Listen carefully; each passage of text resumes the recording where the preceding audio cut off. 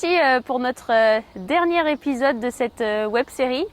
Donc on a rencontré différents intervenants qui nous ont présenté la vache, son fonctionnement, le système digestif, mais aussi le robot d'alimentation et comment il pouvait répondre aux besoins des animaux.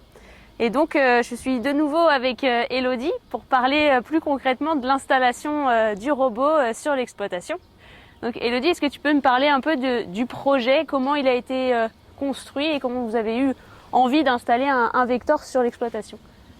Nous, en fait, on avait une problématique de renouvellement de matériel puisqu'on avait le cheptel, en fait, ici, n'a fait que de se multiplier, on va dire, au gré des années, donc de progresser, pour arriver à environ 130 vaches laitières. Plus la suite et on n'avait qu'une petite mélangeuse 12 mètres cubes derrière un tracteur, plus un tracteur chargeur. Le matériel étant vieillissant, il était temps de penser à son renouvellement.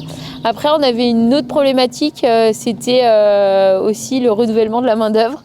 C'est que deux de nos associés en fait arrivaient à l'âge de la retraite d'ici, dans les 5 ans qu'allaient venir. Et du coup, on s'est posé la question plus globalement de se dire quel est l'outil qui serait le plus adapté en fait pour l'alimentation de nos animaux, quoi. Et de là, on a étudié en fait 3 possibilités. Donc le renouvellement par une mélangeuse de plus grande capacité évidemment, une automotrice neuve ou d'occasion et le Vector. Et qu'est-ce qui a fait pencher la balance justement? Alors j'avais quand même 2 associés qui étaient plus en fait sur le choix d'une automotrice. Pourquoi? Parce que c'était le choix, on va dire peut-être pas le plus simple, mais le plus le plus courant, voilà. Et puis en fait moi je leur ai dit sachant qu'il y avait une des personnes qui s'occupait de l'alimentation qui allait arriver à la retraite et l'autre personne qui s'occupait de l'alimentation mais qui s'occupait aussi des cultures, je leur ai dit en fait si vous êtes pris tous les deux à un moment donné parce que vous êtes dans les champs, je dis c'est pas moi qui monterai sur l'automotrice par exemple, qui m'occuperait de l'alimentation, donc ça me paraissait un peu compliqué. Et puis il y avait un autre point en fait sur lequel qu'il faut pas négliger, c'est que quand tu investis dans une automotrice, c'est qu'il faut avoir des silos très stables et très solides, ce qu'on n'avait pas. On avait des silos qui étaient à l'époque en fait des silos taupinières en fait sur des empierrements. Donc c'était quand même assez problématique. La solution tracteur mélangeuse a vite été écartée. Pour une raison assez simple, c'est qu'on avait des silos qui étaient écartés, par exemple un silo à maïs d'un bout de la ferme et un silo d'herbe en bas. Donc ça faisait des allers-retours, emmener d'abord un premier, le tracteur chargeur, puis retourner chercher la mélangeuse. C'était pas voilà. Okay. Donc ça a été vite écarté. Et puis après il y avait tout ce qui était plus global. On a voulu vraiment, et c'est pour ça qu'on a fait du coup différentes études pour vraiment pousser jusqu'au bout la réflexion sur l'ensemble des facteurs qui étaient autour de l'alimentation, parce que du coup il y a le matériel, mais il y a aussi la main d'œuvre, il y a aussi l'astreinte. Il y a beaucoup de choses qui rentrent en compte. On a vraiment voulu aller jusqu'au bout, et du coup on a fait des études économiques qui prenaient en compte l'ensemble de ces facteurs. Voilà. Ok. Et du coup le contact avec Lélie, comment ça s'est passé? Peut-être que vous avez été voir aussi des robots en fonctionnement. Voir aussi comment ça pouvait être implantable sur l'exploitation. Ouais, c'est ça, c'est que en fait par rapport à d'autres systèmes, c'est vrai que le robot d'alimentation est beaucoup moins présent sur le territoire. Donc c'est difficile d'aller voir de se comparer ou d'aller demander des infos à son voisin, parce que du coup il y a globalement peu de vecteurs en place. Donc on a été quand on a étudié la possibilité du Vector, on a été par un commercial, en fait, on a été visiter des exploitations qui ressemblaient fortement à la nôtre, quoi, en termes d'implantation de la cuisine et puis de lot d'animaux ou de taille d'élevage, quoi. Okay. Donc j'imagine que c'était plus facile pour se projeter aussi dans le projet. Oui, c'est ça, parce que c'est vrai que du coup c'est quand même assez abstrait, on a un petit peu de mal à comprendre un peu le fonctionnement du vecteur d'un premier abord. Du coup, vu que c'est pas très, c'est pas très connu et pas très présent sur le secteur, c'était compliqué de se faire une idée vraiment. Après, on a vite vu en fait en allant dans les élevages que les éleveurs, on était satisfaits. Enfin, moi, je me souviens d'un truc, c'est de voir le vecteur passer et de demander à l'éleveur en fait, où est-ce qu'il allait. Et là, l'éleveur me dit, je sais pas. Et là, ça m'a un peu choquée en me disant, en fait, je comprends pas, il sait pas où va son robot. Et en fait, aujourd'hui, nous non plus. On sait pas où il va parce que là, il est complètement autonome. Il a ses rations de rentrée avec ses auges attribuées. Et comme il calcule en fonction de l'ingestion des animaux, en fait, il se débrouille tout seul et ça marche bien. Donc là, tu as abordé pas mal le bol et le fait qu'il soit autonome dans la distribution de la ration, mais dans le système Vector, il y a aussi la partie cuisine. Est-ce que justement, pour la mise en place sur l'exploitation, est-ce qu'il y a eu des travaux par rapport à la cuisine ? Oui, alors en fait, nous on était déjà un peu court en place, en fait, en bâtiment, et du coup, le fait qu'il y avait un besoin en fait pour plusieurs raisons, on a conçu la cuisine de façon à ce que le bâtiment en fait qu'il accueille soit un bâtiment polyvalent. Donc aujourd'hui, le bâtiment qui a été construit permet en fait d'être livré. Par exemple, nous on commande en fait des camions complets d'aliments en 30 tonnes. Donc du coup, ça permet de stocker de l'aliment. Ça permet d'accueillir une partie des vaches taries, parce que du coup, il y a des animaux. Du stockage de fourrage, donc tout ce qui est paille. Donc les cubes de maïs et d'ensilage qui sont faites. Et puis aussi, c'est un bâtiment qui a été orienté de façon à pouvoir accueillir des panneaux photovoltaïques sur sa toiture et de produire 100 kg d'électricité à l'année, quoi. Est-ce qu'il y a eu d'autres aménagements sur l'exploitation pour accueillir le Vector ?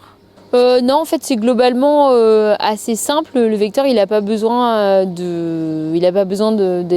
d'avoir des allées renforcées ou du béton.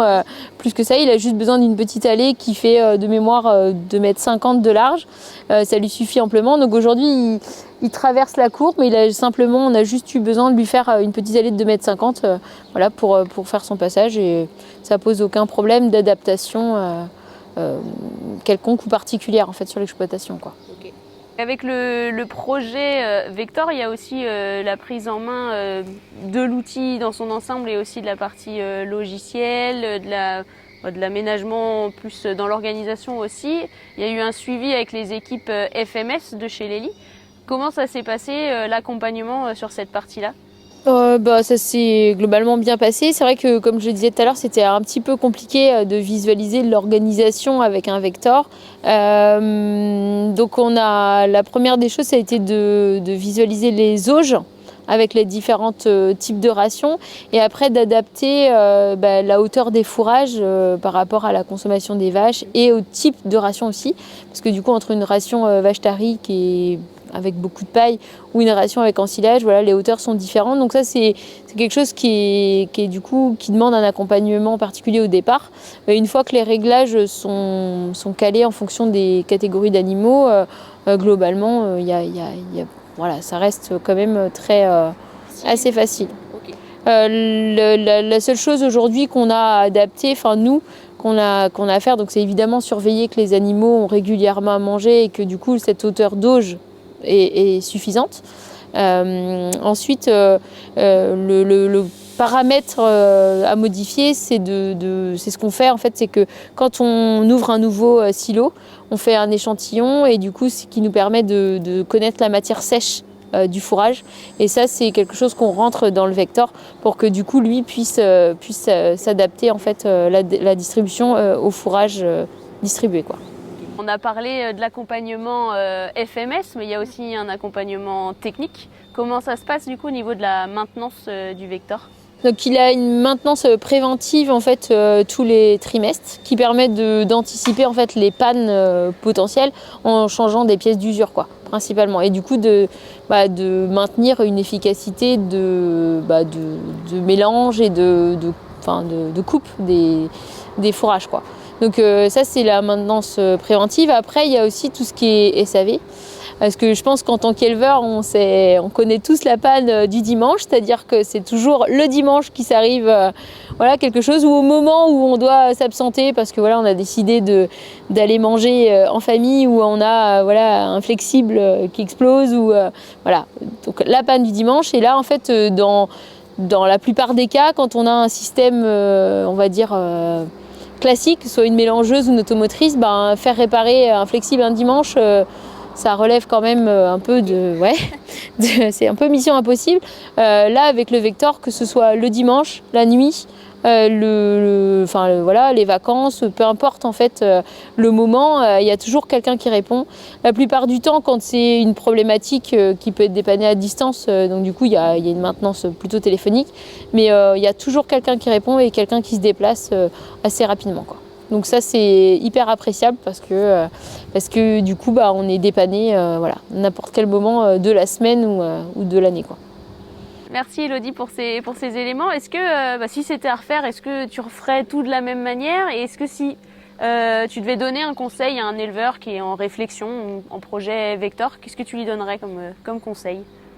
Eh bien oui, alors si c'était à refaire, oui, on le referait sans hésitation parce qu'aujourd'hui c'est vraiment un outil qui s'adapte vraiment à notre vie, ça nous offre vraiment de la souplesse et améliore nos conditions de vie, nous libère aussi du temps libre, que ce soit pour des responsabilités extérieures mais aussi pour notre famille. Donc c'est vraiment nous ça correspond vraiment à nos attentes. Et autant que le robot de traite, c'est vraiment un outil idéal, je pense, demain pour aussi attirer des jeunes vers la profession. Puisqu'on sait que les jeunes sont très attirés par les nouvelles technologies et le Vector en fait partie. Donc voilà, et puis si j'avais un conseil à donner aux éleveurs qui sont en réflexion, c'est vraiment d'aller jusqu'au bout de la réflexion, ne pas s'arrêter seulement au prix de l'outil, c'est-à-dire au prix de la machine, que ce soit pour une automotrice ou un Vector. Il faut vraiment aller jusqu'au bout en prenant l'ensemble des paramètres, que ce soit la main-d'œuvre, le temps de travail, et puis les gains techniques et la précision qu'il peut apporter en fait sur l'élevage, et du coup qui améliorera forcément les performances technico-économiques au final de l'exploitation, quoi. Et voilà, nous arrivons au terme de cette web-série. Donc on a pu voir à travers les différents épisodes les besoins de la vache et comment le l'Héli-Vector pouvait y répondre. Et aussi les enjeux et les problématiques des éleveurs et comment le robot d'alimentation pouvait y répondre en termes de gains, en temps de travail ou encore en technicité. Moi j'ai pris plaisir à discuter avec les éleveurs et avec les différents intervenants et de mieux comprendre le fonctionnement de la vache et le robot d'alimentation. Si vous avez d'autres questions, n'hésitez pas à nous contacter ou à prendre contact avec le Lely Center le plus proche de chez vous. À bientôt!